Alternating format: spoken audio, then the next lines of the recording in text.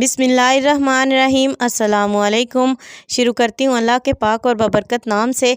तमाम देखने वालों को मेरी तरफ़ से रमज़ानुल करीम की बहुत बहुत मुबारक हो। सुबह रमज़ानुल मुबारक का पहला रोज़ा है, तो आज की ज़बरदस्त सी वीडियो मैं आपके लिए लेकर आई हूँ। ख़वातीन के लिए एक ऐसी वीडियो जिससे सिर्फ़ और सिर्फ आधे घंटे में आप अपनी इफ्तारी बनाकर तैयार कर सकते हैं। अगर इफ्तारी में कम समय भी रहता हो तो ये यूज़फुल सी वीडियो आपके इतने काम आ सकते हैं कि पूरा रमज़ान आप इससे फ़ायदा उठा सकते हैं। सबसे पहले यहाँ पे मैंने एक अदद पैन के अंदर 2 कप पानी शामिल कर दिया है। साथ ही उसमें डाला है 1.5 चम्मच घी और 1 चम्मच भरकर नमक। इस पानी को हमने हल्का सा नीम गर्म करना है और नीम गर्म होने के बाद जो है वो आप देखेंगे कि ये सारा घी जो है वो अंदर अच्छे से मेल्ट होना स्टार्ट हो जाएगा। जब आपको लगे कि घी मेल्ट हो गया है और हमारा पानी अच्छा खासा गर्म हो चुका है, तब हम इसके अंदर शामिल कर देंगे यहाँ पे मैदा। और मैदा यहाँ पे मैं फ़िलहाल 1 कप शामिल करने जा रही हूँ। नेक्स्ट हम अगर ज़रूरत पड़ी तो इसमें और भी शामिल करेंगे। तो यहाँ पे मैंने मैदा इसमें शामिल कर दिया। मैदा शामिल करने के बाद आपने इस तरह से स्पैचुला ले लेना है और इसी की मदद से हम इसे मिक्स करेंगे।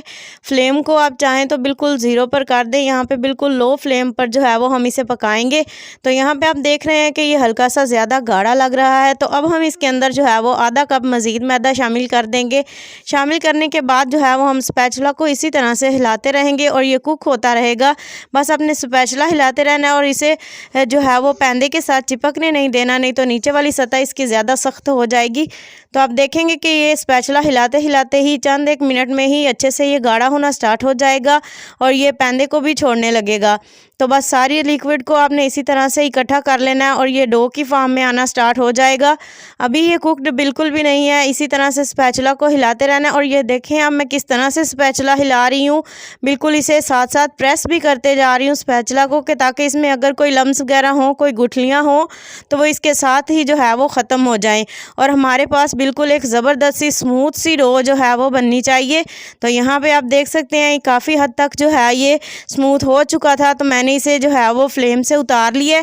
अब हम इसे राइस के ऊपर इस तरह से रखेंगे और इसे जो है वो इसी तरह से स्पैचुला के साथ प्रेस करते रहेंगे और इससे ठंडा भी होता जाएगा साथ साथ, और जो कोई मज़ीद इसमें कोई कमी रह गई है वो भी ख़त्म होती जाएगी। तो ये प्रोसेस आपने तकरीबन जो है वो 1 से 2 मिनट तक करना है, ताकि ये डो जो है वो हमारे पास एक परफेक्ट सी डो बनकर तैयार हो। इस तरीके से डो बनाने का ये फ़ायदा होता है कि ये बहुत ही स्मूथ डो बनकर तैयार होती है और बिना रेस्ट दिए फ़ौरन से आप इसे इस्तेमाल कर सकते हैं। इसके अलावा इसे बिल्कुल भी आपको खुश्का लगाने की ज़रूरत नहीं पड़ती और इतनी ज़बरदस्त ये हैंडल होती है, इंतहाई सॉफ्ट किस्म की डो बनकर तैयार होती है। पैन में इसे ठंडा होने में ज़्यादा टाइम लगना था, इसलिए मैंने इसे बर्तन में निकाल लिया है और ठंडा होने पर इसके जो है वो पेड़े कर लेंगे। यहाँ पर मैं आधी डो इस्तेमाल कर रही हूँ और आधी डो जो है वो मैंने निकाल कर साइड पर कर दी है। तो यहाँ पे 4 पेड़े मैंने तैयार किए हैं। यहाँ पे हम लेंगे 1 चम्मच घी और घी के अंदर शामिल करेंगे 1 चम्मच भरकर कॉर्न स्टार्च। ये हम एक ज़बरदस्त सी इसकी स्लरी बना लेंगे। इसे अच्छे से मिक्स करेंगे और मिक्स करने के बाद आप देखेंगे कि इसका कलर चेंज हो जाएगा। तो जब घी का कलर जो है वो हल्का सा ट्रांसपेरेंट हो जाए और ये वाइट वाइट सी दिखाई देने लगे, तो समझे आपकी ये स्लरी बिल्कुल रेडी है। इसे जो है वो साइड पे रखेंगे और चलते हैं नेक्स्ट स्टेप की तरफ। जो हमने पेड़े तैयार किए थे उससे बिल्कुल हमने छोटी छोटी सी चपातियाँ बना लेनी है। तो आप यहाँ पे देख सकते हैं कि कितनी छोटे साइज़ की रोटी मैंने बेल कर तैयार की है। सेम इसी साइज़ की जो है वो आपने रोटी बेल लेनी है। तो यहाँ पे 3 पेड़े मैं इस्तेमाल कर रही हूँ। जो हमने स्लरी बनाई थी वो एक रोटी के ऊपर इस तरह से लगा लेंगे ब्रश की मदद से, चाहे आप स्पून की मदद से लगा लें। तो यहाँ पे नेक्स्ट दूसरी रोटी ऊपर रखेंगे और फिर से वही स्लरी लगाएंगे। बिल्कुल किनारों तक जानी चाहिए अच्छे तरीके से और अच्छी खासी भरकर आपने लगानी है। ये स्लरी लगाने के बाद जो है वो फिर से हम जो तीसरी रोटी हमारे पास मौजूद है इसको भी ऊपर लगा देंगे इसके। तो यहाँ पे तकरीबन 3 पेड़े मैंने तैयार किए थे और 3 रोटियाँ मैंने जो है वो छोटे साइज़ की बनाकर ऊपर नीचे रख ली हैं। अब हम इन तीनों रोटियों को जो है वो इकट्ठा बेलेंगे।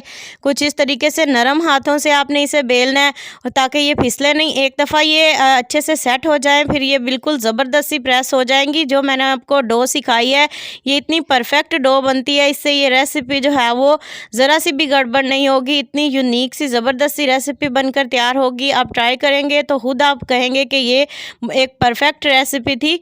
तो यहाँ पे मैंने इसे गोल बेल लिया है। अब हम इसके अंदर से इस तरह से 4 पीसेस कर देंगे। यकीन जाने ये इतनी ज़बरदस्त, इतनी क्रिस्पी रेसिपी बनकर तैयार होगी कि आप कचौड़ी और समोसा खाना तो भूल ही जाएंगे।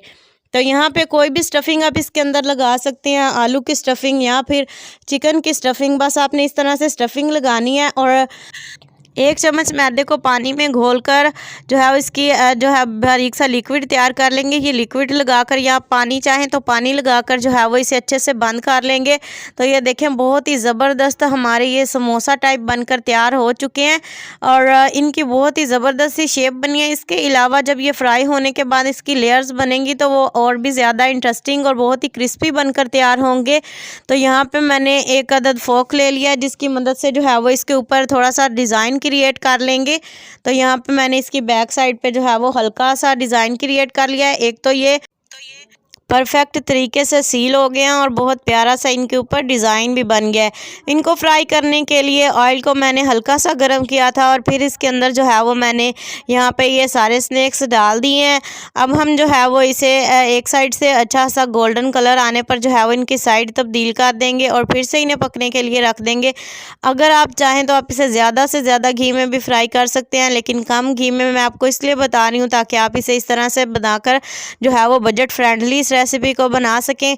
तो यहाँ पे देखें फ्राई कर लिया मैंने, अच्छा खासा इसका गोल्डन कलर आने तक इसे पकाया। बहुत ही क्रिस्पी और बहुत ही क्रंची भी बनकर तैयार हो चुके हैं। अंदर से भी ज़बरदस्त सी फीलिंग है इसकी। तो यकीन जाने ये बहुत ही क्रिस्पी बनकर तैयार होते हैं। आपने इस रेसिपी को ज़रूर ट्राई करना है। आप कोई भी स्टफ़िंग बना लें इसके अंदर फिल कर सकते हैं।